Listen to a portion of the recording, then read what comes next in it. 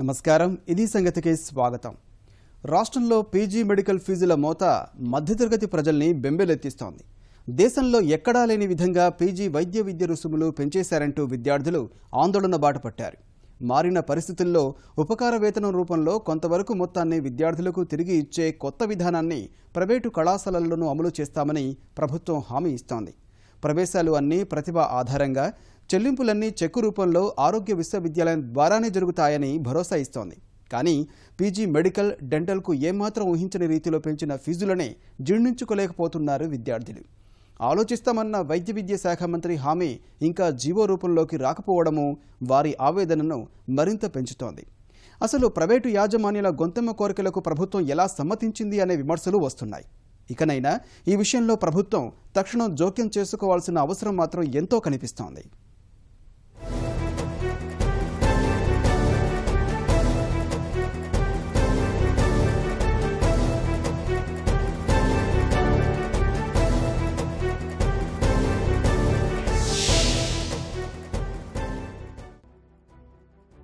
PG వైద్య సీట్ల భర్తీకి కొత్త ఫీజులు ఈ విద్యా సంవత్సరం నుంచి ఖరారయ్యాయి. అందులో కొత్తేముంది అనుకోవచ్చు.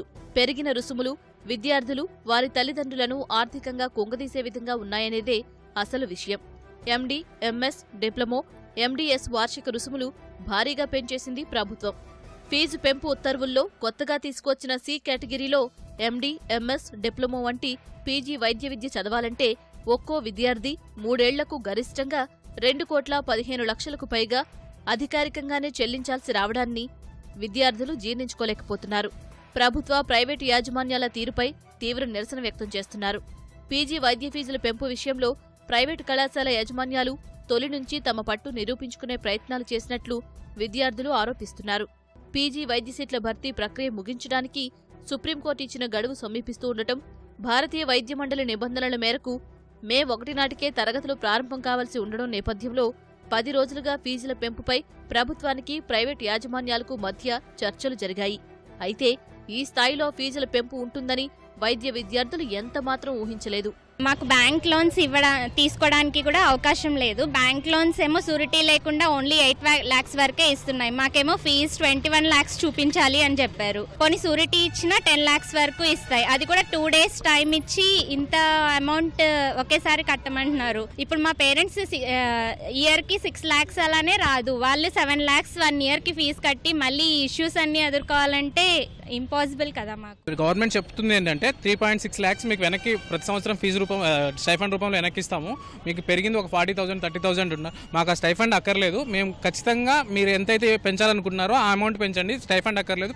పూర్తిగా స్టైఫండ్ తీసేసి మాకు ఇంతకుముందు ఉన్న 3.2 lakhsకి మీరు 10% హైక్ చేస్తే 3.5 lakhs అవుతుంది. 3.5 lakh లోపు అయితే మేము సాధారణ ప్రజలు కానీ, మధ్యతరగతి ప్రజలు కానీ, పేదరికంలో ఉన్న ప్రజలు కానీ కట్టగలడానికి, క్యాండిడేట్స్ కట్టడానికి ఈజీగా ఉంటుంది. ఒకసారిగా అరౌండ్ 100% పెంచేశారు. ఇప్పుడు అంత ఫీజు అది సడన్గా చెప్పారు. జస్ట్ రేపు వెబ్ ఆప్షన్స్ ఓపెనింగ్ అన్నారు, నిన్న ఫీజు డిక్లేర్ చేశారు. 2 daysలో 7 lakhs మిడిల్ క్లాస్ ఫ్యామిలీస్కి అసలు అరేంజ్ అయ్యే పరిస్థితి అయితే కాదు. ఇప్పుడు ఈ సిచ్యువేషన్లో ఫీ అమౌంట్ అయితే తగ్గించాలి. At the same time stipends regularization గురించి కూడా మాకు క్లారిటీ లేదు. స్టైపెండ్స్ మరి కన్వీనర్ కోటా వాళ్ళకి ఇస్తామంటున్నారు. అది ఒక పర్ఫెక్ట్గా ఒక జీవోలో అయితే లేదు. ఒక మాటగా చెప్తున్నారు కానీ ఎవ్రీ ఇయర్ అలాగే చెప్తున్నారు కానీ ఇప్పుడు దాకా అయితే అది ఇంప్లిమెంట్ అయింది అయితే అసలు వర్కౌట్ కాలేదు ప్రైవేట్ కాలేజెస్లో. వైద్య విద్య రుసుముల పెంపుపై ప్రభుత్వం తీసుకున్న నిర్ణయం ఎంబీబీఎస్ పూర్తి చేసుకుని పీజీకి వెళ్లదలుచుకున్న విద్యార్థులను తీవ్ర అసంతృప్తికి గురిచేసింది. పీజీ, ఎండీ, ఎంఎస్, డిప్లొమో ఫీజులను భారీగా పెంపుపై రాష్ట్ర ప్రభుత్వం, ఈ వైఖరి వెనుక భారత విద్యా మండలి ఎంసీఐ ఇటీవల తీసుకున్న కీలక నిర్ణయం ప్రధానంగా కనిపిస్తోంది. గతంలో 50% కన్వీనర్ కోటా సీట్లను ప్రభుత్వం నిర్ణయించిన 2.90 లక్షల రూపాయలు మాత్రమే తీసుకుని ప్రైవేటు యాజమాన్యాలు చేర్చుకునేవి. మిగిలిన 50% సీట్లు ప్రభుత్వం నిర్దేశించిన 5.50 లక్షలతో సంబంధం లేకుండా తమకు నచ్చిన ధరకు అమ్ముకునే వెసులుబాటు వారికి ఉండేది. ఈ విద్యా సంవత్సరం నుంచి 100% సీట్లు పీజీ నీట్ ర్యాంక్ ఆధారంగా ప్రతిభ మేరకు మాత్రమే దేశంలోని అన్ని రాష్ట్ర ప్రభుత్వాలు భర్తీ చేయాలని ఎంసీఐ ప్రకటించడంతో యాజమాన్యాలు రాష్ట్ర ప్రభుత్వంపై దండయాత్రను ప్రారంభించాయి. ఫీజులు పెంచుకుంటే తమను కౌన్సిలింగ్లో చేర్చవద్దంటూ ఒక దశలో పత్రికల్లో ప్రకటనలు కూడా ఇచ్చాయి. ఈ పరిస్థితిని గమనించిన ప్రభుత్వం ఫీజుల పెంపుపై ప్రైవేటు యాజమాన్యాలకు హామీ ఇస్తూనే వారితో చర్చలు జరిపింది. యాజమాన్యాలు తాము చెప్పిన ధరకు దిగిరాకుండా చివరికి తమ పంతం నెగ్గించుకున్నాయి. ఈ ఏడాది నుంచి పీజీ మెడికల్ విభాగంలో ఏ, బితో పాటు కొత్తగా సి కేటగిరీని తీసుకువచ్చారు. సి కేటగిరీ సీట్ల ధరకు గేట్లు ఎత్తివేస్తూ ఏకంగా ఏడాదికి 72 లక్షలకు పైగా గరిష్ట ధర నిర్ణయించారు. అన్ని కేటగిరీ సీట్లను నీట్ ర్యాంకు ఆధారంగానే భర్తీ చేస్తామని ప్రభుత్వం చెబుతున్నా 50% యాజమాన్య కోటా సీట్ల భర్తీ పర్యవేక్షణ బాధ్యతను వారి చేతుల్లోనే పెట్టడం వైద్య విద్యను కోట్ల రూపాయలతో కొనుక్కునే దుస్థితిని కల్పిస్తోంది. పీజీ వైద్య సీట్ల భర్తీలో C category MD, MS seat ధర ఏకంగా 72 లక్షలు ఉండడం విద్యార్థుల మధ్య వేలంపాటను గుర్తు చేస్తోంది. వైద్య విద్య మంత్రి కామినేని మాత్రం కొత్త ఫీజుల నిర్ణయం వల్ల విద్యార్థులకు పెద్దగా నష్టం లేదని, పైగా పారదర్శకత పెరుగుతుందని చెబుతున్నారు. గవర్నమెంట్లో మనం దాదాపు ఒక 800 చిల్లర సీట్లోనే మనం ఏం ఫీజు వసూలు చేయం. ప్రైవేట్ వాటిల్లో మనం ప్రైవేట్ కాలేజీలకి గవర్నమెంట్ ఎయిట్లకి ఫండ్ ఇవ్వటం లేదు, ₹1 ఖర్చు పెట్టట్లేదు.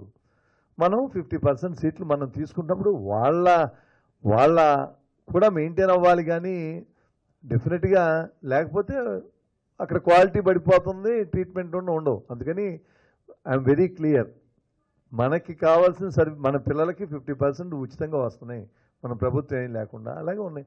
వాళ్ళ మెయింటెనెన్స్ కూడా కావాలి. అందుకని వేరియస్ స్టేట్స్ ఇంత ఆలస్యం అవటానికి కారణం దేశంలో జరుగుతున్న అన్ని రాష్ట్రాల కన్నా కంపారిటివ్గా మనం తక్కువగా పెట్టాలనుకున్నాం. అలాగే తెలంగాణ రాష్ట్రంతో కూడా ఇన్ కన్సల్టేషన్ ఉన్నాం. ప్రభుత్వ కొత్త ఉత్తర్వుల ప్రకారం పీజీ వైద్య విద్య ఫీజులు ఇలా ఉన్నాయి. ఏ కేటగిరీ ద్వారా 50%, బి కేటగిరీలో 25%, సి కేటగిరీ ద్వారా 25% సీట్లు భర్తీ చేస్తారు. ప్రైవేటు కళాశాలల్లో convener quota 50% MD, MS, diploma seat ధర 6,90,000. గత ఏడాది ఆ మొత్తం 2,90,000 ఉండేది. ప్రైవేటు కళాశాలల్లో యాజమాన్య quota 25%, MD, MS, diploma seat ధర 24,20,000 చేశారు. గత ఏడాది 5,50,000 మాత్రమే ఉండేది. ప్రైవేటు కళాశాలల్లో యాజమాన్య quota C category 15%, MD, MS, diploma సీటుకి గరిష్టంగా ఏడాదికి 72,60,000 చేశారు. గతంలో సి కేటగిరీ లేదు. ప్రైవేటు కళాశాలల్లో మిగిలిన 10% C category service quota MD, MS, diploma seat గరిష్ట ధర 72,60,000గా నిర్ణయించారు.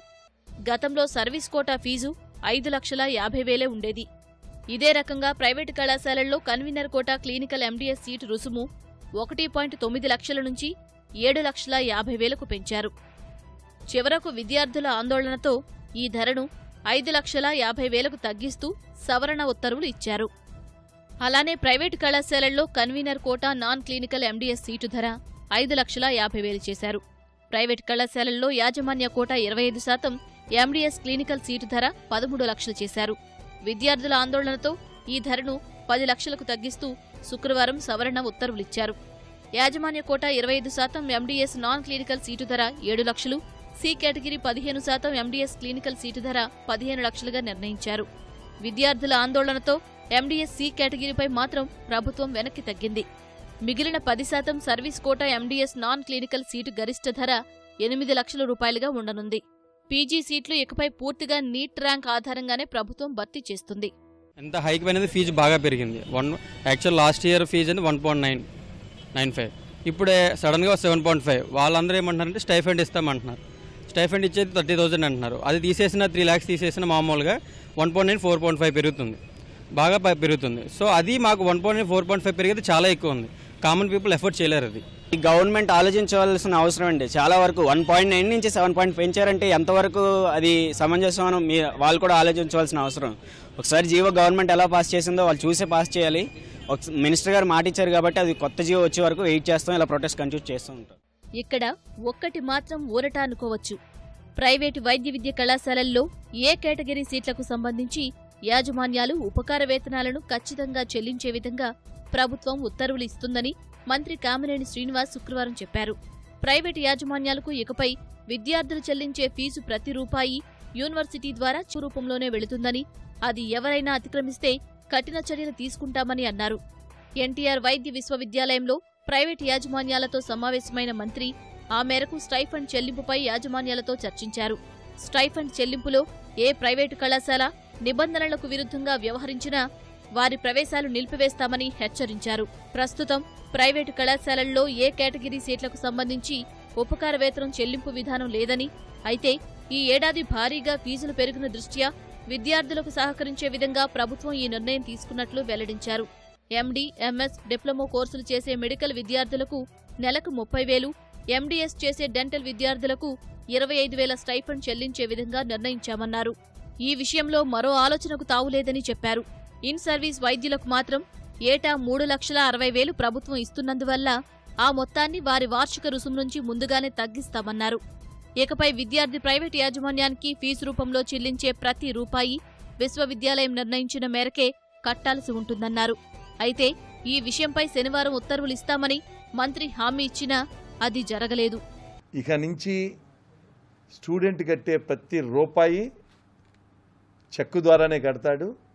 ఎవ్వరూ ఎక్కడ క్యాష్ కట్టాల్సిన అవసరం లేదు. యూనివర్సిటీ ద్వారానే కడతారు. ఇంకా మేనేజ్మెంట్లకి పర్సనల్గా కట్టే పని లేదు. యూనివర్సిటీ ద్వారా కడతారు. కౌన్సిలింగ్ కూడా 2 రౌండ్స్ యూనివర్సిటీ కండక్ట్ చేస్తుంది. దాంట్లో university representative, government representative, private college representative ఒకళ్ళు ఉంటారు. ఉపకార వేతనాల చెల్లింపు విషయంలో ప్రభుత్వం ఇప్పుడు విద్యార్థులకు హామీ ఇస్తున్నా అది నెరవేరే దాఖలాలు భవిష్యత్తులో ఉండకపోవచ్చని విద్యార్థులు అంటున్నారు. దేశంలో ఎన్నో రాష్ట్రాల్లో చాలా కళాశాలలు అమలు చేయని స్టైఫండ్ విధానం ఇక్కడ అమలుకి యాజమాన్యాలు ఒప్పుకోవని, అందువల్ల కట్టే ఫీజుల్లో ఆ మొత్తాన్ని సర్వీస్ కోటా తరహాలో తగ్గిస్తే మేలని విద్యార్థులు చెబుతున్నారు. ఇప్పటికే మెటీరియల్, బిల్డింగ్ డెవలప్మెంట్ ఫండ్ల పేరుతో యాజమాన్యాలు పేద విద్యార్థులను దోచుకుంటున్నాయని విద్యార్థులు చెప్పారు. స్టైఫండ్ విషయంలో ప్రభుత్వ ఉద్దేశం మంచిదే అయినా దీని అమలు విషయంలో ప్రైవేటు యాజమాన్యాలు ఎట్టి పరిస్థితుల్లోనూ సహకరించే అవకాశం లేదని చెప్పారు. ఎన్ఆర్ఏ కోటా అనేది ఎంసీఏ గైడ్లైన్స్ ప్రకారం ఇప్పుడు దాకా పర్మిషన్ ఉన్నది కేవలం 15% మాత్రమే. ఇది ఎన్ఆర్ఏ కోటాలో 25% అంటే పర్మిషన్ ఇవ్వరని చెప్పి గవర్నమెంట్ చాలా తెలివిగా in service quota 10%, NRA quota 15% అని చెప్పి దానిలో డివిజన్ మళ్ళీ చేసింది. ఇన్ సర్వీస్ వాళ్ళు మొత్తం 300 సీట్లు ఉంటే కేవలం 261 మంది మాత్రమే క్వాలిఫై అయ్యారు. ఉన్న గవర్నమెంట్ సీట్సే టోటల్గా ఫిల్ చేయడానికి ఇన్ సర్వీస్ వాళ్ళు లేనప్పుడు వాళ్ళు ఎలా ఫిల్ చేయగలరు? మిగతా 10% అది 70 లక్షలకి అమ్ముకుంటారంట. మిగతా స్టేట్స్లో 35% ఉంది బీ కేటగిరీ, దాన్ని ఇక్కడ 25% చేసి ఎన్ఆర్ఐ 25% అని చేశారు. తర్వాత బీ కేటగిరీలో సీట్ అంటే ఏదన్నా మిగిలిపోతే దాన్ని ఎన్ఆర్ఐగా కన్వర్ట్ చేసి ఎన్ఆర్ఐలో 70 లక్షలకు అమ్ముకుంటారంట. అంటే ఒక మెరిట్ ఉన్న విద్యార్థి మళ్ళీ మెరిట్ ఆర్డర్లోనే సీట్ ఇవ్వాలి, ఇది రూల్.